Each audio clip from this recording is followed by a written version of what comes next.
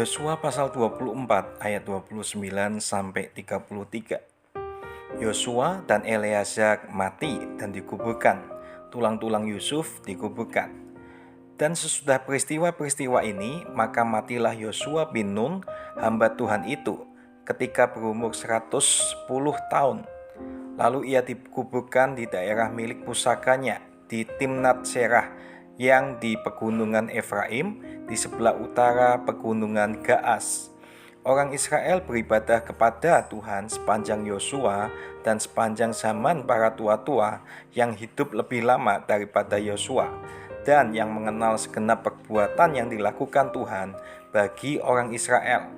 Tulang-tulang Yusuf yang dibawa orang Israel dari Mesir dikuburkan mereka di Sikem, di tanah milik yang dibeli Yakub dengan harga 100 kesita dari anak-anak Hemor, bapa Sikem, dan yang ditentukan bagi Bani Yusuf menjadi milik pusaka mereka.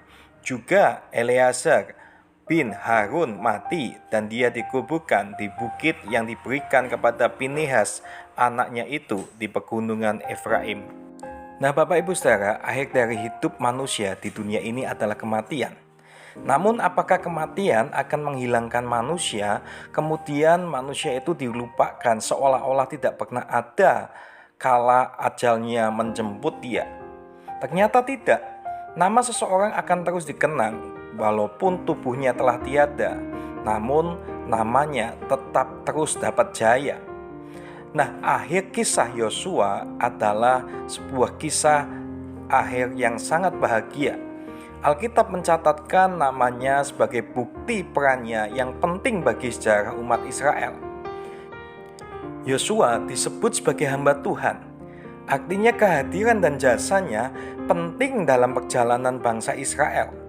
Dia meninggal dalam usia 110 tahun.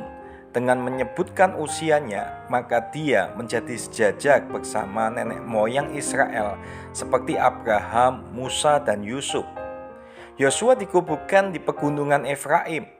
Kiprahnya membuat umat Israel hidup beribadah kepada Allah. Mereka menjadi mengenal perbuatan-perbuatan Tuhan yang mempengaruhi masa depan mereka kelaknya. Kemudian tulang-tulang Yusuf juga dikuburkan di Sikem, tanah miliknya. Hal ini membuktikan bahwa Allah mengindahkan kepercayaan Yusuf. Dia yakin bahwa Allah akan memperhatikan umat Israel. Dia percaya tangan Tuhan pasti kembali membawa mereka ke tanah perjanjian. Kemudian kita juga bisa lihat Eleazar bin Harun juga diceritakan mati dan mencapai keberhasilan dalam pelayanannya. Jadi saat ini Bapak Ibu Saudara, kematian hamba Tuhan bukan akhir dari segala sesuatu. Itu akan masih dapat berdampak kepada orang lain. Status hamba Tuhan tidak hanya untuk sosok tertentu. Ini tentang kehidupan seseorang yang melakukan kehendak Tuhan dan memuliakan Dia. Jadi kita semua adalah hamba Tuhan. Kita adalah orang-orang yang mau melakukan kehendak Tuhan dan memuliakan Dia.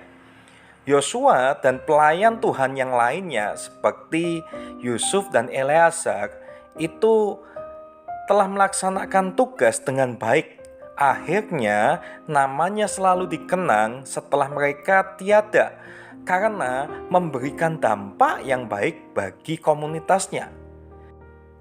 Nah, Bapak Ibu Saudara, yang perlu kita ketahui, kita dikenang bukan hanya saat kita dilahirkan, tetapi pada saat kematian kita juga bisa dikenang.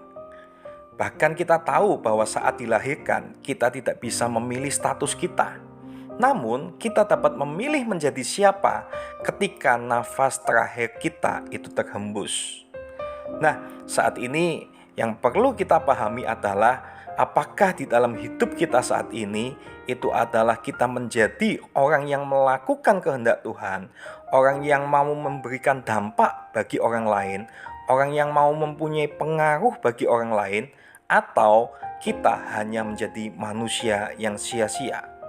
Jadi mulai saat ini pakai hidup kita untuk melakukan apa yang menjadi kehendak Tuhan dan memuliakan Dia seperti Yosua, Yusuf, dan juga Eleazar yang pada saat kematian mereka itu membawa dampak dan dikenang bagi banyak orang. Mari saat ini kita menjadi hamba Tuhan, kita menjadi orang-orang yang melakukan kehendak Tuhan dan memuliakan Dia. Terima kasih, Tuhan Yesus memberkati.